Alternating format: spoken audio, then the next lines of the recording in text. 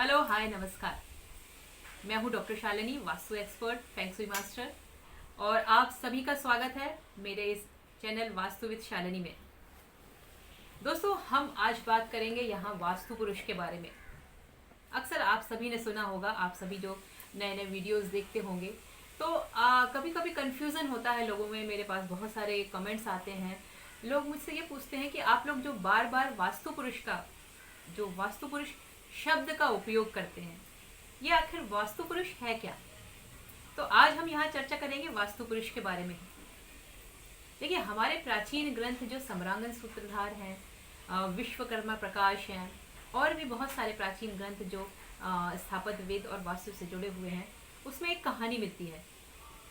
कहा जाता है कि अंधकासुर नाम का एक दैत्य था जिसके साथ शिव जी का युद्ध हुआ, और शिव जी और अंधकासुर का जब युद्ध हो रहा था तो वहां पर शिव जी के पसीने की बूंद गिरी।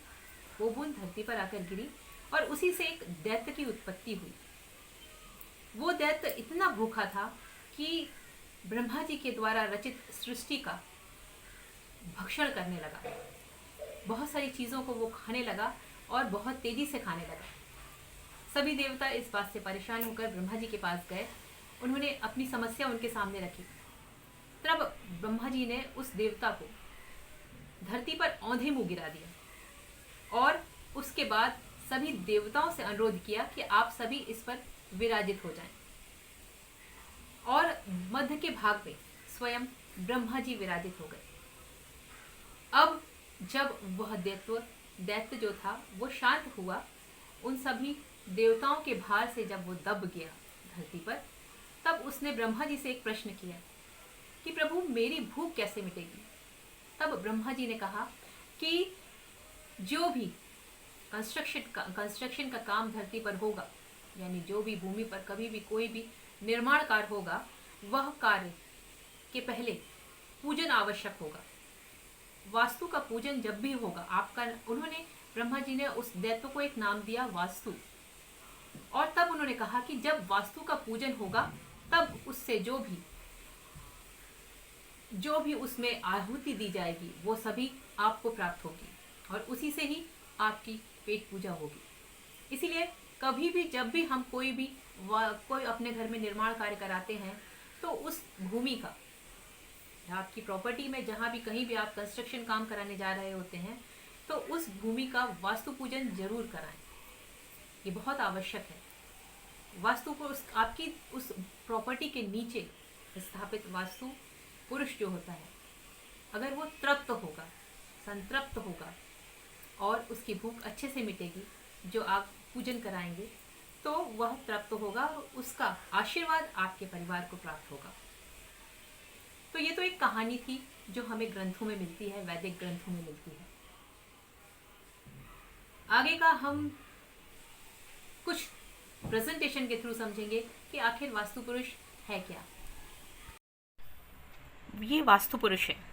वास्तु पुरुष का सिर जो होता है नॉर्थ ईस्ट की तरफ होता है, यानी ईशान कोण की तरफ, और पैर जो होते हैं वो साउथ वेस्ट यानी नैऋत्य की तरफ होते हैं। क्योंकि वास्तु पुरुष धरती पर औंधे मुंह लेटे हुए हैं, यानी उनका मुंह जो है वो धरती की तरफ है, अंदर की तरफ है, और उनकी पीठ जो है वो ऊपर की तरफ है, जिसपे सारे देवता जो हैं वो विराजमान हैं। तो उनका पैर जो है वो उनके एक तरफ उनका वायव्य कोण की तरफ उनका एक हाथ की कोहनी और घुटना है, और आग्नेय कोण की तरफ दूसरे हाथ की कोहनी और घुटना है।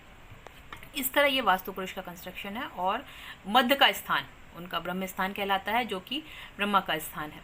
इस तरह से इस वास्तु पुरुष पर या तो हम 81 देवताओं का स्थापना मानते हैं, और कई लोग 64 देवता की स्थापना भी मानते हैं। ये अलग अलग ग्रंथों में अलग अलग तरह से लिखा गया है। तो मेन अधिकतर लोग मानते हैं 64 देवता हैं, जिसमें कि 64 ब्लॉक्स होते हैं और उसमें 64 देवता विराजमान है। वास्तु पुरुष का जो स्थान, जैसे कि ये ईशान कोण है, और ईशान कोण का ये जो स्थान है, कि ये स्थान आपका ईशान कोण का जो ये स्थान है, ये हमेशा, मैंने आपको पहले भी बताया अपने वीडियोस में, कि हमेशा खाली होना चाहिए, ओपन एरिया होना चाहिए, नॉट कंस्ट्रक्टेड एरिया होना चाहिए। और उसी प्रकार साउथ का ये जो पोर्शन है, साउथ ईस्ट का जो नैऋत्य का पोर्शन है, ये हमेशा ये जगह हमेशा हमने गृह स्वामी के जो रूम्स हैं उसके लिए दी गई हुई है। और उनके बैठने के स्थान दिया हुआ है जो फैमिली का हेड ऑफ फैमिली होता है, क्योंकि जब ये पैरों का स्थान है, वास्तु पुरुष के चरणों को अगर हम किसी के भी अगर हम पैर छूते हैं तो वो पैर उन हमें आशीर्वाद प्राप्त होता है और तरक्की की राहें आसान होती हैं। इसीलिए हेड ऑफ़ द फैमिली अगर हर समय हम्बल रहेगा और उसका प्रणाम हमेशा वास्तु पुरुष की तरफ होता रहेगा, उनका नमन होता रहेगा, तो वास्तु पुरुष हमेशा खुश रहेंगे और आपको घर में सुख समृद्धि प्रदान करेंगे। तो और अगर सिर का पोर्शन मैंने आपको कहा हैवी नहीं होना चाहिए, तो ये पोर्शन हमेशा अगर नॉन कहना चाहिए कि अगर ये हैवी हुआ तो यहाँ पर आपको सिर की प्रॉब्लम्स आ जाएंगी और सिर से संबंधित, दिमाग से संबंधित, टेंशन से संबंधित प्रॉब्लम्स आ जाएंगी, और जो कि अवॉइड करनी चाहिए। कभी भी हम अपना कोई भी एरिया कंस्ट्रक्ट करते हैं, ये जो बीच का एरिया है, ये ब्रह्म स्थान है जो कि हमेशा खाली होना चाहिए। यहाँ पे तो बिल्कुल भी कोई कंस्ट्रक्शन नहीं होना चाहिए। इन सब वीडियो के डिस्क्रिप्शंस जो हैं हम पहले बात कर चुके हैं, डिस्क्रिप्शन बॉक्स में आपको इनके लिंक्स मिल जाएंगे।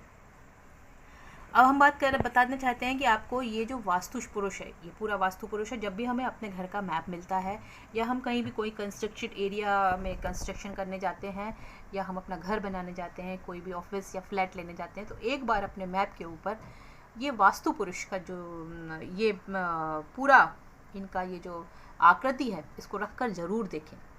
इस आकृति को जब आप रख कर देखेंगे तो आपको समझ में आएगा कि किस स्थान पर कौन सा देवता विराजमान है और उसका क्या स्वभाव है, और उस हिसाब से आपको कंस्ट्रक्शन करना है। अगर आप इस हिसाब से कंस्ट्रक्शन नहीं करेंगे तो आपको नेचुरली कुछ प्रॉब्लम्स का सामना करना पड़ सकता है। देखिए, आप ये बता रहा है आपको कि कौन कौन से देवता किस स्थान पर विराजमान है। जैसे कि ये पूर्व की तरफ सूर्य विराजमान है, उसके पास इंद्र हैं, उसके बाद ईशान कोण के देवता हैं बृहस्पति हैं जिनकी, और सोम है उत्तर की तरफ विराजमान है, दक्षिण की तरफ यम विराजमान है, बीच में भृंगराज हैं, गंधर्व हैं, इंद्र हैं। सबको जितने भी देवता हैं सबको उनका स्थान मिला हुआ है, और उसी के अकॉर्डिंग हमें अपना घर का कंस्ट्रक्शन करना है, या अपने जो भी हम कंस्ट्रक्शन एरिया हम अपने लिए बना रहे हैं रहने के लिए, या अपना ऑफिस के लिए, या फिर हम अपनी फैक्ट्री के लिए। तो एक बार आप मैप ज़रूर रख लें, इस वास्तु पुरुष का मैप, तो आपको सब कुछ क्लियर हो जाएगा। ये था हमारा वास्तु पुरुष किस प्रकार होता है। तो अब आप सभी को कन्फ्यूज़न कुछ भी नहीं होगा कि वास्तु पुरुष आखिर क्या चीज़ है, और वास्तु पुरुष के अकॉर्डिंग ही हम जो मैप बनाते हैं, मैप डिज़ाइन करते हैं, वो हम वास्तु पुरुष के अकॉर्डिंग ही रखते हैं, और आपके अंदर का जो इंटीरियर हम बनाते हैं वो भी इसी के अकॉर्डिंग रखते हैं। तो आज का ये वीडियो आप सभी को कैसा लगा मुझे कमेंट करके ज़रूर बताएं, और शेयर करें और लाइक भी करें। और अभी तक अगर आपने ये मेरे चैनल को सब्सक्राइब नहीं किया है तो बिल्कुल सब्सक्राइब करें, और बहुत जल्दी सब्सक्राइब करें। धन्यवाद।